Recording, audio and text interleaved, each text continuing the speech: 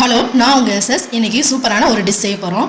குடமிளகா சாதம். பாருங்கள், வீட்டு அரிசியில் தான் செஞ்சது. நம்ம எப்பயும் சாப்பாடு செய்வோம்ல, அந்த அரிசியில் தான். எந்த அளவுக்கு பாருங்கள், நீளமாக சூப்பராக வந்திருக்கு. இது குழந்தைங்களுக்கு ரொம்ப பிடிச்ச டிஷ்ஷு. செய்கிறதுமே ரொம்ப சுலபம் தாங்க.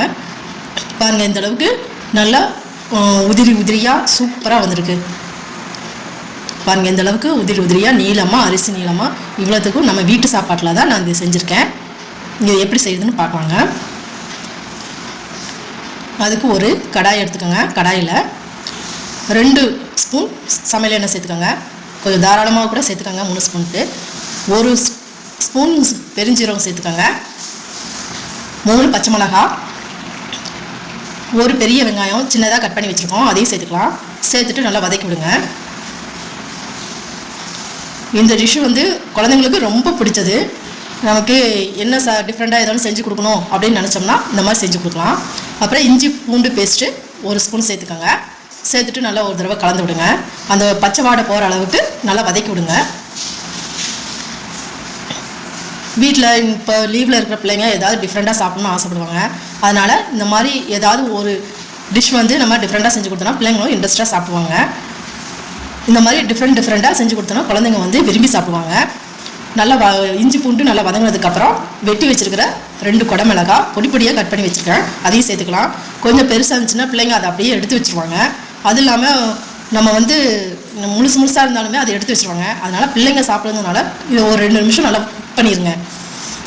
கடையில் சாப்பிட்ற மாதிரி இருந்துச்சுன்னா அப்படியே ஃப்ரெஷ்ஷாக இருந்த மாதிரி இருக்கும், அதை பிள்ளைங்க எடுத்து வச்சுருவாங்க. அதனால் கொஞ்சம் குக் பண்ணிடுங்க. இப்போ ஒரு பழுத்த தக்காளி, 1 தக்காளி சேர்த்தாலும் சரி, 2 தக்காளி சேர்த்தாலும் சரி, சூப்பராக இருக்கும். நான் 2 தக்காளி சேர்த்துருக்கேன். அதுவுமே நல்லா பொடியாக கட் பண்ணி சேருங்க. பிள்ளைங்க கொஞ்சம் நீளமாக இருந்தாலும் எடுத்து வச்சுருவாங்க. அதனால் ரொம்ப எந்த அளவுக்கு பொடியாக கட் பண்ணுமோ அந்தளவுக்கு பொடியாக கட் பண்ணி சேர்த்துக்கோங்க. இப்போ தேவையான அளவு உப்பு சேர்த்துக்கலாம். சேர்த்துட்டு ஒரு தடவை நல்லா கலந்து விடுங்க. பெரியவங்களுமே இந்த டிஷ்ஷை ரொம்ப விரும்பி சாப்பிடுவாங்க. நம்ம எப்பயுமே தக்காளி சாப்பாடு, பிரியாணி அந்த மாதிரி செய்கிறதுக்கு இது கொஞ்சம் டிஃப்ரெண்ட்டாக இருக்கும்.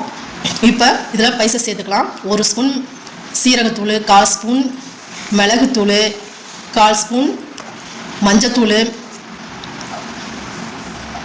1/4 ஸ்பூன் சில்லி பவுடர், இதெல்லாம் சேர்த்துக்கலாம். அதுக்கப்புறம் ஒரு 1/4 ஸ்பூன் கஸ்தூரி மேட்டியும் சேர்த்துக்கோங்க. இப்போ எனக்கு ஒரு 2 நிமிஷம் வதக்கினதுக்கப்புறம் சோயா சாஸ் அது 1 ஸ்பூன் சேர்த்துக்கோங்க. அப்புறம் டொமேட்டோ சாஸ் ஒரு 2 ஸ்பூன் சேர்த்துக்கோங்க. சேர்த்துட்டு நல்லா கலந்து விடுங்க. இதில் கஸ்தூரி மேட்டி சேர்த்தா நல்லா வாசனையாகவும் இருக்கும், அதனால் சேர்த்துருக்கேன். உங்களால் அது சேர்க்க இருந்துச்சுன்னா சேர்த்துக்கோங்க, இல்லைன்னா அது தேவையும் கிடையாது. ஆனால் இந்த டிஷ்ஷுக்கு கஸ்தூரி மேட்டி சேர்த்திங்கன்னா ரொம்ப நல்லாயிருக்கும்.